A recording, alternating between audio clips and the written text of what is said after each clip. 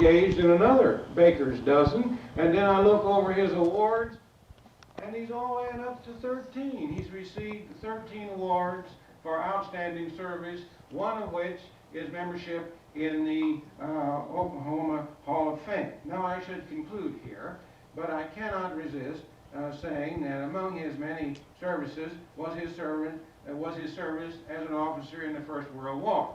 And chief among his education was his training at Oklahoma State University.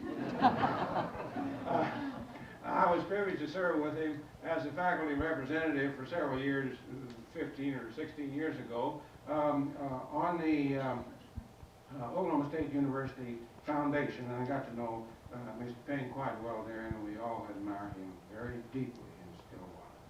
Now, his subject this evening is an independent oil firm. You know, it's just like the small slave owners used to do it before the Civil War. It was not the big slave owners that produced the cotton, but it was the little ones who produced most of the cotton.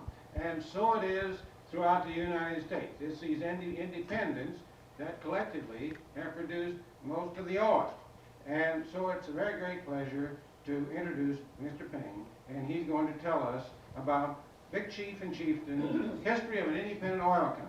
Bill Payne, we're proud to have you here.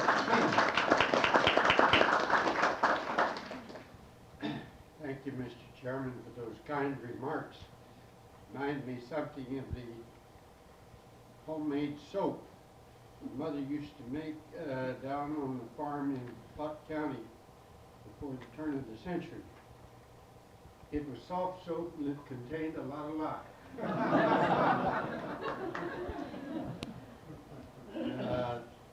I certainly feel highly honored to appear on this program of the Heritage Institute.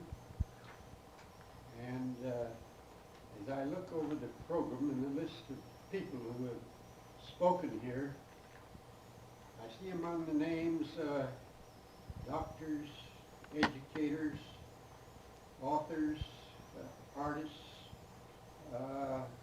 professional people of all types, and people who are accustomed to public speaking.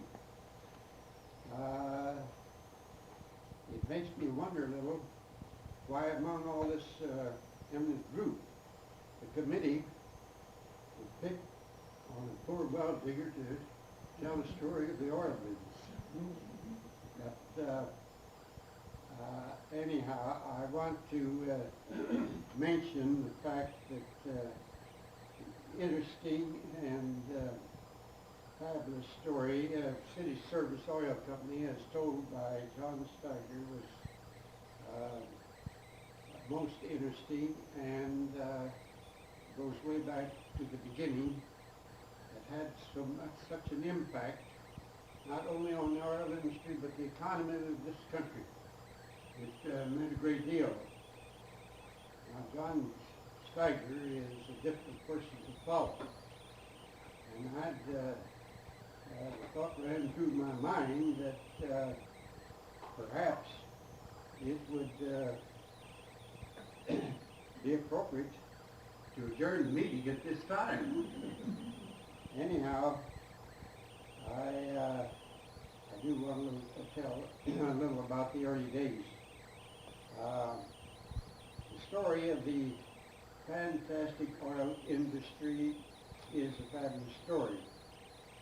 In our technical civilization, oil has become more precious than gold. Before the First World War, Woodrow Wilson recognized that the future of the world power depended upon the control of oil. During the war, Clemenceau declared that a drop of oil was worth as much to France as a drop of blood. In the Second World War, not a ship failed to sail, and not an airplane failed to fly of the Allies as a result of the shortage of oil. Wars have been won because of an abundance of oil, and wars have been lost on account of the shortage of oil. That was demonstrated, of course, in the Second World War. Germany lost the war because they ran out of oil. Yes, our oil played a decisive part in the victory of the United Nations.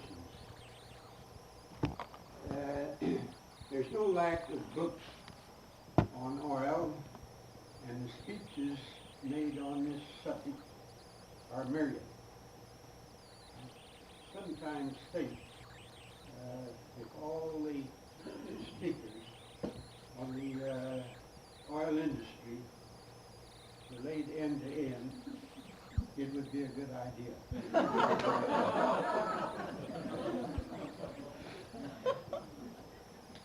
Historically, the oil industry has been the whipping boy of the politicians, a political football. The tragic effects of bureaucratic interference is directly responsible for our present inadequate reserves of oil and gas. In 1954, the Federal Power Commission was given authority to regulate the price of gas. They put a ceiling up to 12 to 15 cents per thousand on natural gas, and this made natural gas the cheapest of all fossil fuels. As a result, neither coal or fuel oil could compete with the clean, convenient source of energy, and practically all industry converted to burning natural gas. The impact on the railroads and coal mines was tragic. Many coal mines shut down, and the railroads were in the red. Large reserves of natural gas were depleted, resulting in the shortage of this precious fuel in recent years. The biggest joke traveling around the USA this year is that the U.S. Congress or the President will solve the energy problems of this country. That's too bad. It's actually apparent, but it's very true. There are other sources of energy such as nuclear, shale oil, solar, but it will be years before such sources make an impact on our total energy needs.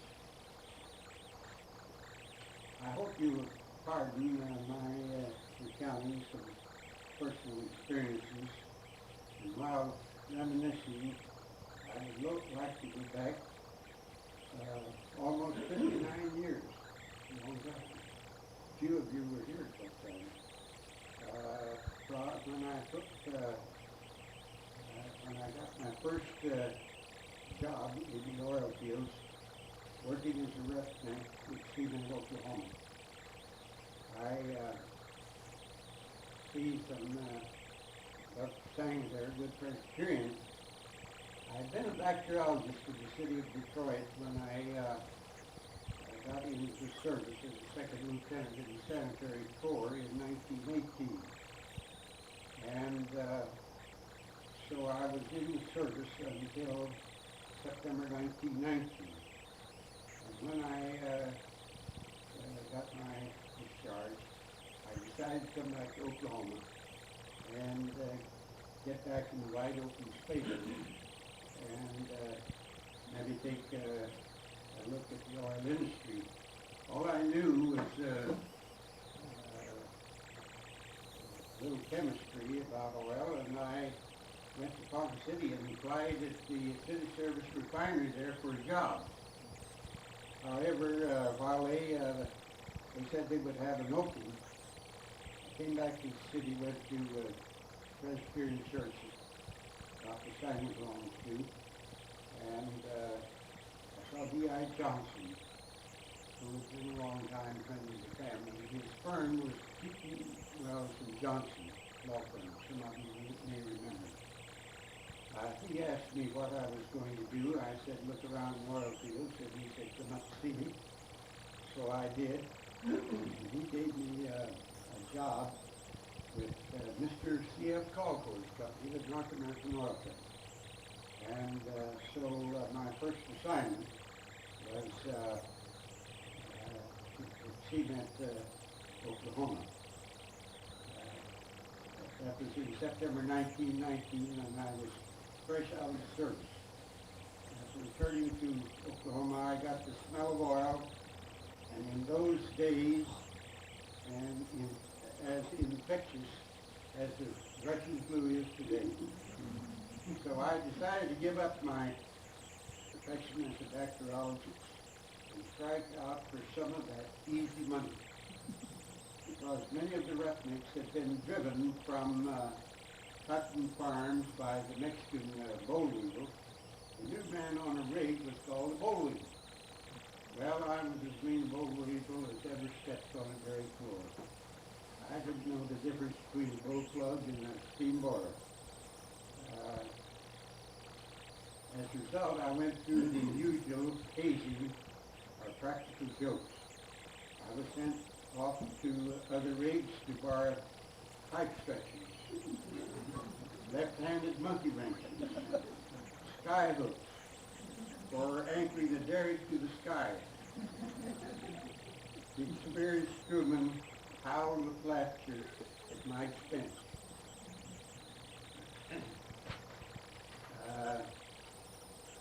Geologists in those days located oil structures by surface outcrops, as Mr. Schleiger had mentioned. And the cement field was a classic example of a surface structure. The professors from OU always took their students to cement to check the outcrops, the elevation of them over here and way over there. And on top, they would see some dips, and they knew there was signs of an upheaval, a dome or something, and that's the method used in the early days for finding oil. Several sands were producing at depths from 1,800 to 3,500 feet, which was a deep hole at that time. Both rotary and cable tool rigs were used to drill the holes, and there was considerable rivalry between the jar heads and the swivel necks as to which was doing the better job. Of course, the jar heads, the cable tool drillers, thought they were the top in drilling holes, but the rotaries soon, by improvements, research, and their techniques have taken the field now. And you don't see many jar heads around anymore. In 1957, our company, Big Chief Drilling Company, drilled a well in the cement field for Magnolia Petroleum Company to a depth of 20,500. And it was resulted in a dry hole that cost over $1.5 million. So you see, it is a risky business.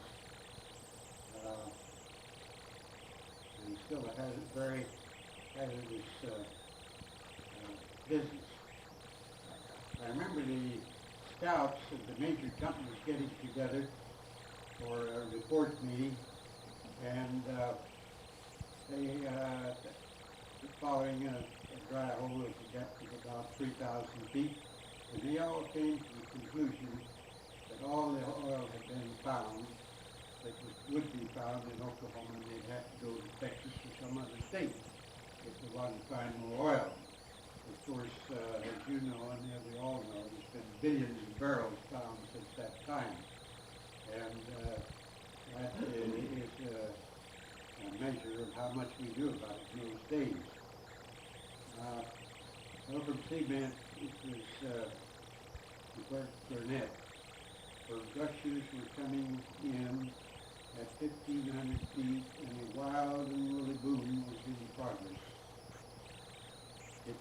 uncommon for a drilling crew to be hijacked overnight. And one could hear the staccato 45 pistols as holdups were in progress. Big wells were completed on the south side of the Red River. It appeared that the field would extend across the river, and this almost caused the war, the Civil War. No one knew for sure to whom the white sandy bottoms belonged. The federal government claimed that Red River was a navigable stream, or had been, or could be. They claimed it.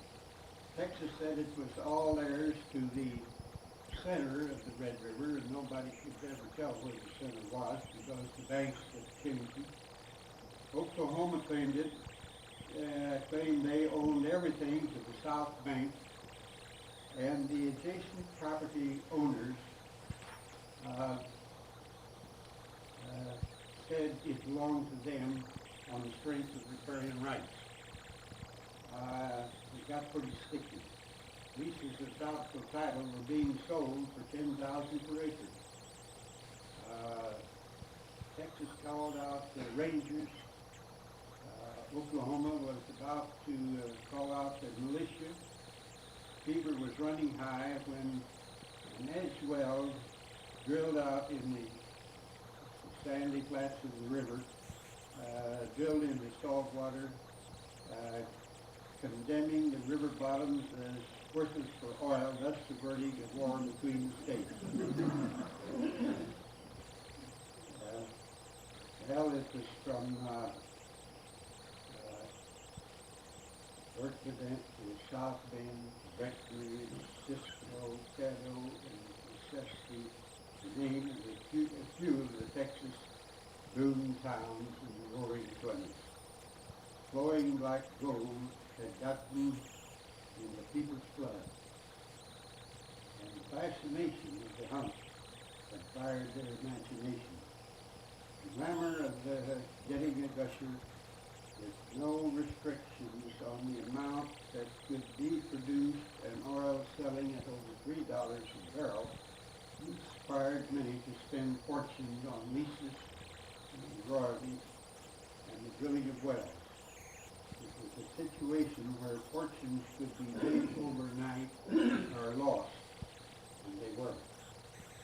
Tax towns mushroomed into cities in the space of a few weeks, where formerly there had been nothing but mesquite, cactus, and rattlesnakes. Unfortunately, when these big fields were discovered, there were no conservation laws in effect. The only law was the law of capture, and that created waste. Wells that came in flowing 6,000 barrels per day were in a few days down to 60 barrels per day, and in many cases producing nothing but salt water. The towns that sprung up so rapidly became ghost towns or disappeared completely in a few short years. Oil men had not learned the proper methods to be used in protecting the reservoir. All that has been changed under our present rules and regulations. When the drilling declined in any particular field, payroll stopped, and the operators, lease brokers, contractors, drillers, and yes, the 49er dance hall girls migrated on to the next boom time. Not wanting to miss out on the parade, I went along, and the next stop was Whiz Bang, Oklahoma. The Big Bird Bank field had been discovered in the Osage Nation. Leases were acquired by public bidding at a series of auction sales conducted by the Department of the Interior of Indian Affairs. Several sections would be auctioned off at one time, and the bonuses paid ran into fabulous figures. The top price paid, as I recall, The 160-acre tract was $1,600,000 for 1/4 section. The amazing thing was to see the operators who had been the successful bidders on a 160-acre parcel moved 16 derricks and 6 green building rigs onto the tract the day following the sale. Now, much of the oil is drilled on 40-acre spacing, some on 80, some on 160. Much of the gas is drilled on 640-acre spacing. But this was 10-acre spacing, and the field was so uniform that they knew they could move 16 rigs out there and get an oil well on every location.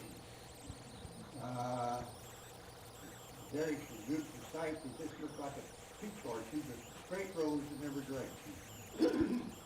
The field was drilled exclusively with cable tubes, and the jar heads had the field aid. Brisbane was a village as boom times go, but some of the more stable citizens decided that the name reflected little credit on the busy metropolis, and so they had it changed to Denoya. That was the end of Brisbane.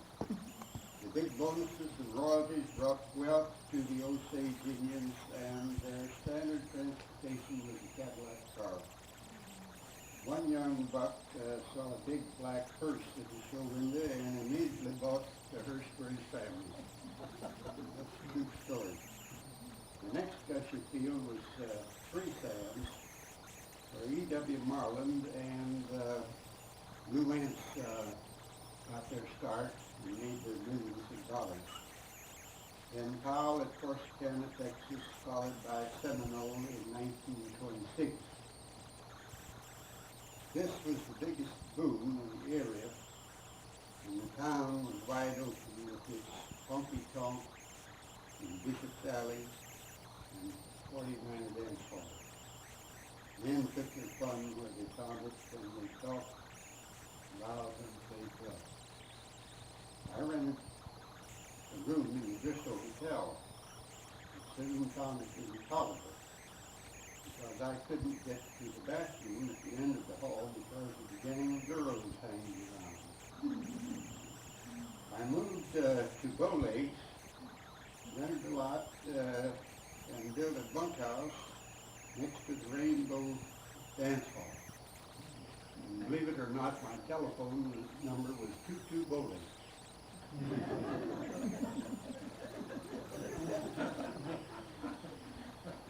The town was named after an Indian lady, Lissy Bow Lakes, out down the street. Not the only recreation or fun that the drilling crews had was going to these 49 dance halls. They had a bunch of girls working there. A little big orchestra, and they would, the orchestra would play about 2 minutes. You would pay a quarter for a ticket. The girl would get a dime, and the house would get 15 cents. And the girls would come around where the men were standing. They said, "Want to dance? Want to dance? Want to dance?" Well, this cute gal came by and asked me if I wanted to dance, and I said, "Sure." But her language was a little off color and a little bit rough, and so after the dance was over, I joined some of my friends on the sidelines. I said, "Who was that gal I was dancing with?" "Oh," they said, "that was Pretty Boy Floyd's girlfriend." I didn't have any more dances with her. Gusher production was found in the Wilcox Sand, and the law of capture was still the order of the day. I'm sure you understand what the law of capture is. You drill a well, and you found oil, and you bring in a gusher, and you just let it flow wide open into the tanks. The major companies always had a big tank farm, and they would, of course, store the oil in those tanks. the independents weren't quite so forceful. The companies insisted that the contractors get the holes down in a hurry without regard to vertical regulation. The first straight hole tests were introduced in this field by means of running an acid bottle. Hydrochloric acid in a little round bottle put down there, and if the hole was going that way, why, it would eat ring around that bottle as you pull it out and read the angle of deflection. I recall the first test we ran showed the hole 30 degrees off vertical at 4,000 feet. And no doubt was bottomed up on the offsetting lease. And a lot of oil was produced from other companies' leases. Production methods in use created great waste, and the amount of gas flared into the air was terrific.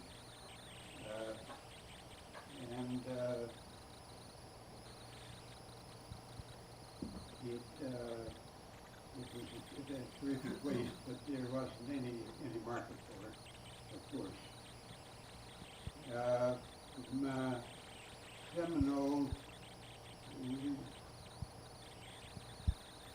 moved in the Oklahoma City field came in February 4th, or December 4th, 1928. Probably no oil field had the effect on the industry since Colonel Drake discovered oil in 1859, as much as the Oklahoma City field. It was a proving ground all the way from new and better methods of making holes in the ground to the adoption of improved production practices and the passing of sound conservation rules and regulations in the prevention of waste. On that memorable date of December 4th, 1928, an economic phenomenon occurred that changed the skyline of an ordinary growing city into the amazing metropolis of Oklahoma City, that Oklahoma City is today. The forest of derrick sprung up out at our back door was a beautiful sight to behold and lighted at night. At the end of 1929, and at a time when the stock market broke, there were 160 wells drilling with many new locations staked. The run of '89 was mild compared to the rush of oil field workers, machine shops, supply stores, drilling contractors, trucking firms, cases, welders, and yes, the lease brokers and promoters. Big payrolls swelled the bank deposits, and business was flourishing here in Oklahoma City at a time when the rest of the country was suffering the pangs of a deep depression. There were no bank failures and no bankruptcies among business firms in Oklahoma City in those days. New skyscrapers appeared on the horizon during the depths of the Depression. The First National Bank building, the City National Bank building, were built in 1931, followed by the Biltmore Hotel in 1932 and the Sterling Tower in 1933. In 1928, Tulsa was then known as the oil capital of the world and was rapidly gaining on Oklahoma City in population, and loud boasts were heard that she would soon be the #1 city of the state. But the stimulus to our economy generated by this great oil field soon put a stop to that kind of talk. Quoting Claude Barrett, oil editor of the Oklahoman Times, an Oklahoma historian, this was the first major field in history of the industry that was developed without a shanty town, a segregated district, or a crime wave. This is a true statement. However, Claude failed to mention the influx of brokers, promoters, and salesmen who acquired leases on small tracts, a fraction of an acre, formed syndicates and sold stock all over the country, in fact all over the world. Mark Payne is one of the famous promoters of the German system, and his company was the Black Gold Oil Company, and his favorite expression was, common stocks for common people. And he really sold a lot of them. In fact, the place where our big chief office now was built by Mark Payne. It's our home for 100 years. But he purchased it from people, and it's been very fine as an office as well as a home. Even some of these wildcat schemes would have paid out had it not been for the fact that even the Oklahoma City field was not immune to the hard times that hit the oil industry. The Oklahoma City field had followed the discovery of several major oil fields in the Seminole area. On top of this, the wildcat in East Texas took oil that opened up the big East Texas oil field and added to the oversupply. An operators committee was set up with an umpire for the purpose of controlling production. Completed wells were shut in for 90 days and then permitted to produce 1/2 of 1% of their potential. In order to give quotas set up a legal status, the approval of the Corporation Commission was secured under a statute adopted in 1915. This statute was attacked in the courts by certain operators, and it failed to stand up. The situation grew worse, and hot oil was being run through buried pipelines amounting to 1,000 barrels per day. The price deteriorated until oil was selling for 10 cents a barrel. Stripper barrel oil brings $15 a barrel now. Fortunately, we had a governor, Alfalfa Bill Murray, who had the intestinal fortitude to stand up and say that he was not about to permit the liquidation of our natural resources. He called out the militia, appointed his cousin Cicero Murray to take charge and shut down the Oklahoma City oil field for some 60 days. In the meantime, he succeeded in getting cooperation from the governor of Texas and other surrounding states. And after the 60-day period, wells were opened up, and oil was again selling for $1 a barrel. Now, as the governor said, it may not be legal, but you can't put the state in jail. And that was Bill Murray. I might remind you that a lot of us independent oilmen and drilling contractors would not be here today if it hadn't been for the courage of that Governor Murray. While the presence of the militia was a doubtful legality, most of the operators respected their orders. And many schemes were devised to circumvent, mention his name, drilled a gusher oil valve. And as you know, we in the Christmas tree we had 3 master gates to shut the valves in. They were under high pressure. And so one night he went out and tied a steel bar onto a wire line and dropped it in the hole. And of course it prevented the closing of the master gates. So he claimed he had a wild well. And he had Cicero and Messina Murray out there all helping him produce hot oil as fast as he could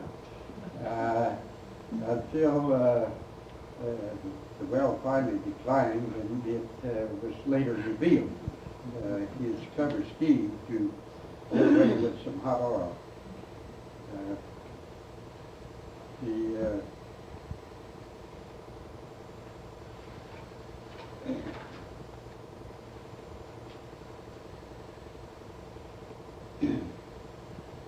And some of these motor wells were finally abandoned and sold for salvage. Enough buried pipe was dug up through which hot oil had been run to lay a pipeline from here to Texas.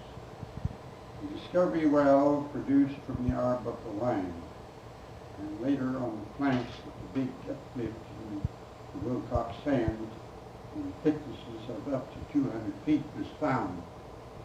Now, the Arbuckle is an older and a deeper formation than the Wilcox, by a few million years. But the uplift here along the Nemaha Ridge, there's a buried mountain, granite ridge of mountains called the Nemaha Ridge running through here. And anytime there's a closure up against that, it's a faulted area. You'll find oil field. We had one at Moore, we had one at Crescent, Edmond, and so all on the Nemaha Ridge. But the Arbuckle was pushed up so high that a lot of the younger formations were eroded and washed off. You didn't get Wilcox sand on in the Discovery well. It was down on the flanks of the pool. 9-inch casing was set on top of the Wilcox sand by many operators in order to obtain the big potential, since the tests were made on open flow. Potentials were taken over a short period of time, from a few minutes to 2 hours, depending on the capacity of the wells to produce and the amount of storage on hand. One well I recall established a potential of 108,000 barrels per day. That's a lot of oil. A lot of the wells we drill today don't produce that much oil, or half that much over the lifetime. This field was the deepest, the toughest drilling with the highest pressures of any drilled in the mid-continent up to date. The Discovery well took about 5 months from spud to completion. And of course, today they would drill them in about 14 days.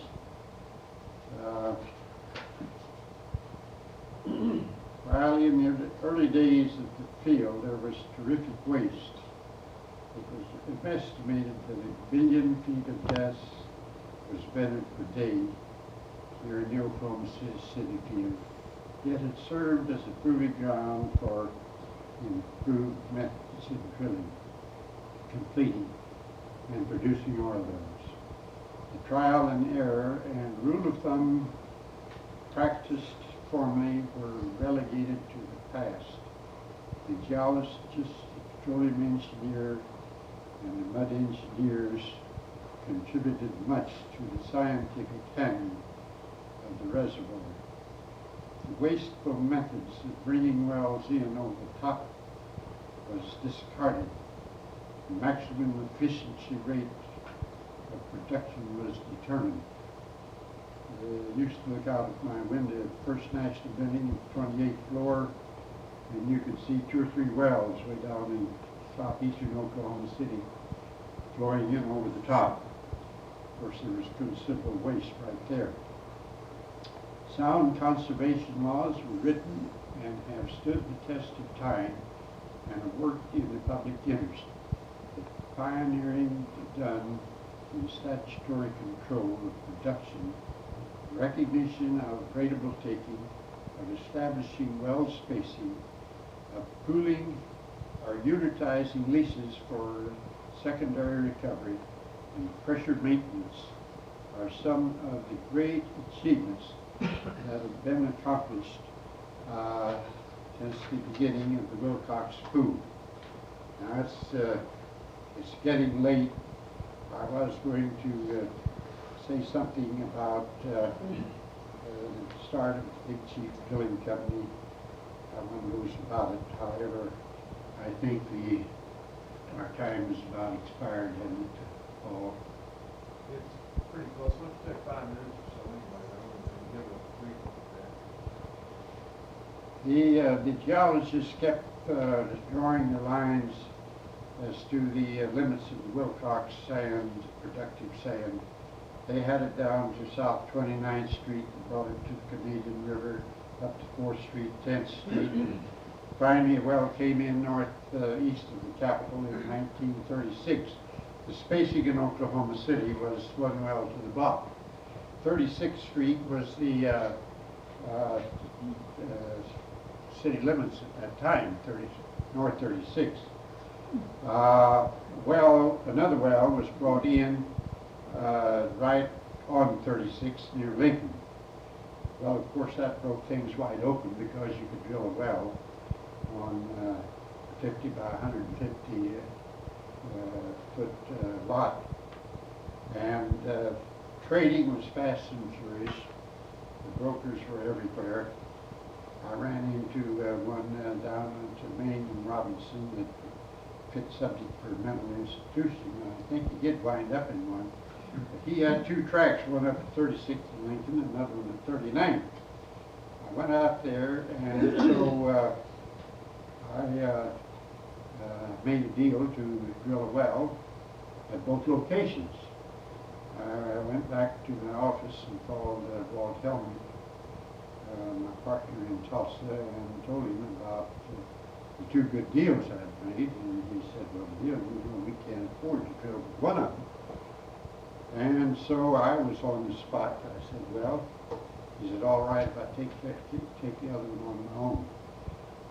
He said, yes, it'll be all right with him. So I let Big Helmick and Payne have the location of 36th Lincoln, and I took the one farther north. You know, they'd had Wilcox production up at Britain, so I just decided that Wilcox producing sand went all the way to Britain, and the geologists were all wet. Didn't know anything about it. But of course, there I was. I had to drill a well straight up. I had no rig, no money, no nothing. It was typical of a company that starts with scratch and nothing but some friends and some people in the oil industry that had a little faith and confidence in your being able to perform. Well, I went to a supply company and asked him to give me a rig, derrick, casing, and everything necessary to complete a well. And I didn't have any money to put up any cash, but would they do that? And much to my surprise, they accepted my offer and said they would provide a brand new rig to drill this well. In those days, it was about $250,000. Well, that was all right, but I still didn't have any money for the payroll. So I went down to my bank, and I knew Billy Hightower pretty well. He was president of the First National. I put my proposition to him that I need $7,500 for the payroll. And after a pretty stern lecture on business principles, he handed me a slip of paper, which was a note that said, sign here. Well, I was amazed. Of course, I had to get a drilling crew. We put the rig on the location. We made good hole. We beat all of the offsets down. And sure enough, when we reached that Wilcox sand, it was low, and we defined the limits of the Oklahoma City Wilcox producing Wilcox sand, and we had a hole full of salt water, and you can't sell salt water. That was probably my darkest hour, but I always had this blind ignorance of never knowing when I was licked. So I went back to the supply store and told him my predicament, and I went to the banker and had to confess to him. And so they agreed to go along with me on another well. Another friend came into the picture, Jack Ferris, had a lease on the Webster School on East 10th Street. And he said, Bill, can you drill this well and complete it into the tanks for half interest? Well, the school board was only getting an eighth out of it. And here I had to drill it and complete it, pay all the bills, and only get a half interest. But anyhow, I said I'd do my darndest, and I almost got put in jail. There was a ravine there, and it was, our drilling space was very limited. So I had to use that little ravine for a slush pit, reserve pit for the mud. Well, the neighbors raised up a storm. That was hallowed ground. Captain Payne had used that for a camping ground. There was a natural spring there, and he had camped there, and that was a hallowed ground. And they weren't about to let anybody make a slush pit out of it. So I said, well, my name's Payne too, and I'm sure that there's some relation between me. So I said, now, as soon as this hole is down, we will remove all that mud. In fact, it may enrich the ground a little there, and plant it in grass, and you'll have a beautiful little park place there. So they finally relented. We drilled a well, and sure enough, we got about 150 feet of bay sand, and close to 1,000 barrels a day of crude oil, and the Big Chief was in business. Since that time, the company has grown. It has drilled wells, from offshore wells, from Mississippi to California to Bolivia, and we've had a number of rigs we have drilled for production, and so the growth was fairly substantial, and much that I enjoy so much having this company. But the credit is not due me, it is due to the organization, and that's what's so important in this world, in this day and age. I had people who were loyal, who were hard workers, who were willing to go out there and work 7 days a week, 8 hours a day, in all kinds of weather, in order that Big Chief could make money at home and complete a well. And of course, the most important thing I ever did was hire Jack Abernathy, who was an engineer then at Submarine Oil Company.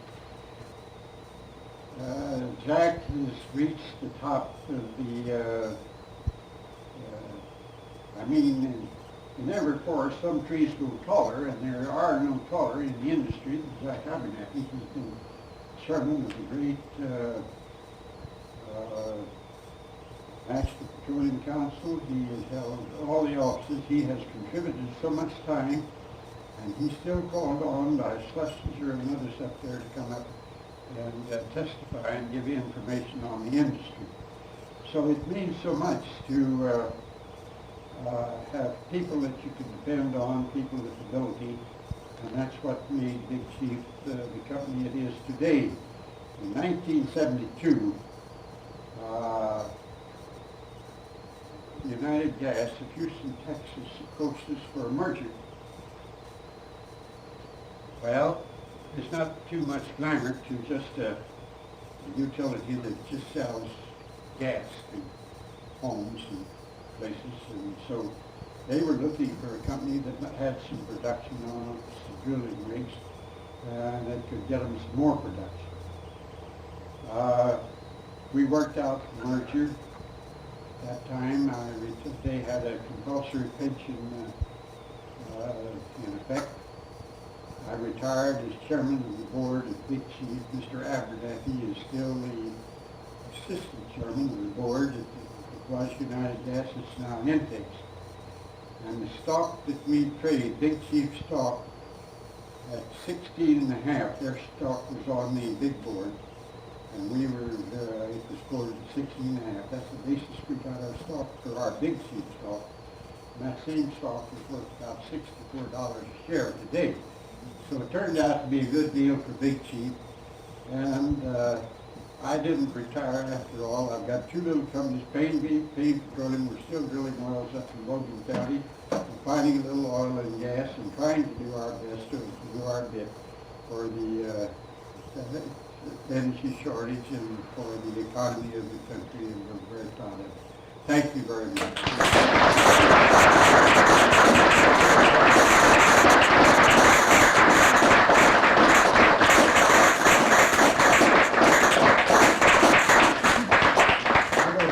Any time questions are involved. How about one or two questions? Okay. You have to go, those will stay and ask a few questions. Bill, I heard that you were on the Oklahoma A&M wrestling team in the early days, is that right? Wrestling started at OSU in the fall of 1914 and the spring of 1915. That was the first wrestling. They have gone on to win more national championships than any other university or college in any sport in all history. This cauliflower here is a result of my being on the wrestling team in 1914. The right one. What's that got to do with the oil business?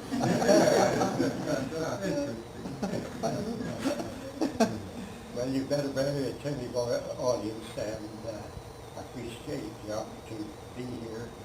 And this fascinating oil business is still fascinating, but it's a very risky business. Unless you know, I've always said, give me the luck and you can have the brains in the oil business. And that still holds true. And you still at it, that's a wonderful thing. Okay? I want to wear out, not rust out. We appreciate you so much, and it's a superb presentation. It's perfect.